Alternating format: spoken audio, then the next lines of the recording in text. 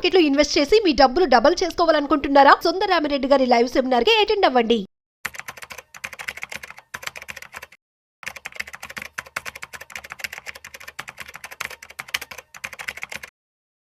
Hi Vijayawada one day class room webinar ground success అయిన తర్వాత చాలా మంది యూజర్స్ హైదరాబాద్ లో ఎప్పుడైనా అడుగుతున్నారండి. వాళ్ళ కోసం హైదరాబాద్ లో ఫస్ట్ టైం అచ్చం ETFs, index funds and mutual funds మీద one day classroom training అనమాట. ఫస్ట్ టైం అండి ఇలాంటి ప్రోగ్రామ్ ఒకటి కండక్ట్ చేయడం. మామూలుగా అయితే మేము టెక్నికల్ ఆన్సర్స్ అన్ని కలిపి మేము ప్యాకేజ్ లో పెడుతుంటాం. బట్ ఇక్కడ అలా కాదు, only ETFs and index funds and mutual funds మీద one day full pledged classroom training అనమాట. అంటే ఇంట్రెస్ట్ ఉన్న పార్టిసిపెంట్స్, మీరు కనుక వెల్త్ క్రియేట్ కావాలన్నా, వెల్త్ మెయింటైన్ చేద్దాం అనుకున్నా, లేదా వెల్త్ ప్రొటెక్షన్ చేసుకుందాం అనుకుంటే ఏ అసెట్స్ మీకు ఎలా యూజ్ అవుతుంది, ఈటీఎఫ్స్ అంటే ఏంటి, ఇండెక్స్ ఫండ్స్ అంటే ఏంటి, మ్యూచువల్ ఫండ్స్ అంటే ఏంటి, వాటిని ఎలా మేనేజ్ చేసుకుందాం అని తెలుసుకోవాలనుకుంటే ఈ వెబినార్ మీకు బాగా యూజ్ అవుతుంది. కాబట్టి ఇంట్రెస్ట్ ఉన్న పార్టిసిపెంట్స్ ఇన్ హైదరాబాద్ వాళ్ళు ఈ క్లాస్ రూమ్ ట్రైనింగ్కి మీరు ఎన్రోల్ అవ్వండి. All the best. నమస్తే సార్. నమస్తే అండి. సార్, ఇప్పుడు ఆఫ్టర్ సర్టైన్ ఏజ్ తర్వాత పిఎఫ్ అమౌంట్ చేతికి వచ్చింది సార్. అదే అలానే పిఎఫ్ అకౌంట్లో ఉంచితే బెటర్ అంటారా, లేకపోతే తీసుకొని సమ్ మ్యూచువల్ ఫండ్స్ లేకపోతే ఎక్కడైనా ఫండ్ ఇన్వెస్ట్మెంట్ చేస్తే బెటర్ అంటారా? దట్స్ డిపెండింగ్ అపాన్ నాలెడ్జ్ అండి. బేసికల్గా ఏంటంటే మనీ రిటర్న్స్ అప్పుడు ఒక్క రిటర్న్స్ ఇంపార్టెంట్ కాదండి, ఎంత రిస్క్ తీసుకుంటే ఆ రిటర్న్స్ వచ్చింది కూడా చాలా ఇంపార్టెంట్. అందుకని మీ డిఫరెంట్ లైఫ్ స్టేజ్ల్లో డిఫరెంట్ గోల్స్ ఉంటాయి. మనం 25లో చాలా అగ్రెసివ్గా ఉంటాం.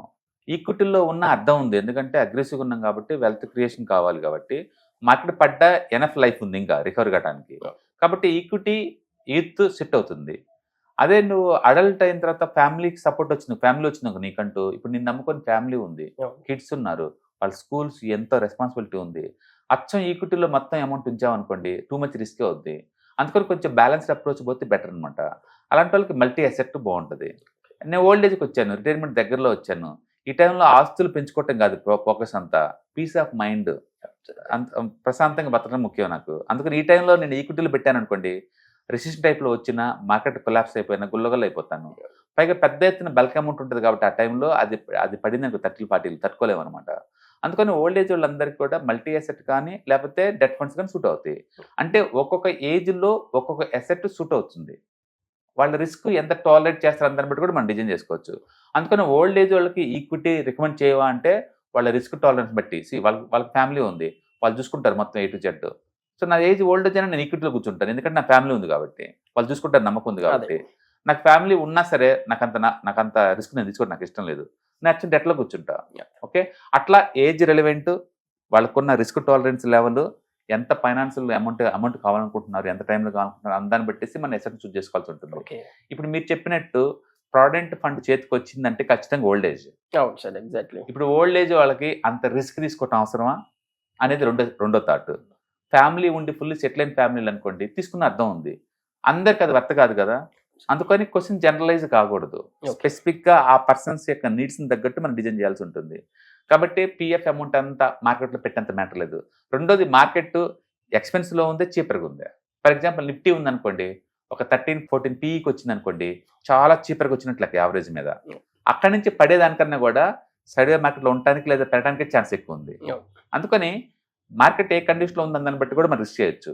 అదే నీకు 30 పీఈలో ఉందనుకోండి, ఆ టైంలో మార్కెట్లోంచి బయట టైం అది. సో నిఫ్టీ కనుక 30 పీఈలో ఉందనుకోండి, టూ మచ్ ఎక్స్పెన్స్లో ఉంది మార్కెట్ ఆల్రెడీ. ఈ టైంలో ఉన్నోళ్లే అదర్ అసెట్లోకి వెళ్ళే టైము, నువ్వు చేంజ్ చేస్తావు ఆ టైంలోకి మార్కెట్లోకి. అందుకని మార్కెట్ కండిషన్ చూసుకోవాలి, వాల్యుయేషన్ చూసుకోవాలి, నీ ఏజ్ చూడాలి, ఎంత రిస్క్ టాలరెన్స్ ఉందో చూడాలి, అసలు ఈ అసెట్ గురించి నీకు ఎంత తెలిసిందో తెలియాలి. ఇవన్నీ తెలుసుకొని రికమెండ్ చేయాలి తప్ప రిటైర్లను అందరిని తీసుకొచ్చి ఈక్విటీ మార్కెట్లో కూర్చోబెట్టలేము. నన్ను అడిగితే అసలు ఈక్విటీ వద్దంటాను straight away. Go for multi asset. Risk తీసుకుందాం అనుకుంటే మల్టీ అసెట్కి వెళ్ళండి, లేదు అంటే డెట్ ఫండ్స్కి వెళ్ళండి. ఎందుకంటే పీస్ ఆఫ్ మైండ్ ఉండటం చాలా ఇంపార్టెంట్. స్ట్రెస్ అవటం ఇంపార్టెంట్ కదా, ఏజ్కి పీస్ ఆఫ్ మైండ్ ఉండటం చాలా ఇంపార్టెంట్. అందుకని ఈక్విటీ సూట్ అవ్వదు, ఓల్డ్ ఏజ్ వాళ్ళకి సూట్ అవ్వదు. ఒకవేళ మీరు తీసుకుంటున్నారంటే తెలిసే మీరు రిస్క్ చేస్తున్నట్లు లెక్క బై డిఫాల్ట్. ఆ రిస్క్ ఎంత అంటే విత్ ఇన్ 1 year కల్లా 30-40 లాస్ అవడానికి రెడీగా ఉండాలి క్యాపిటల్ని, ఎందుకంటే మార్కెట్ అటు ఇటు షేక్ అవుతుంటుంది కాబట్టి.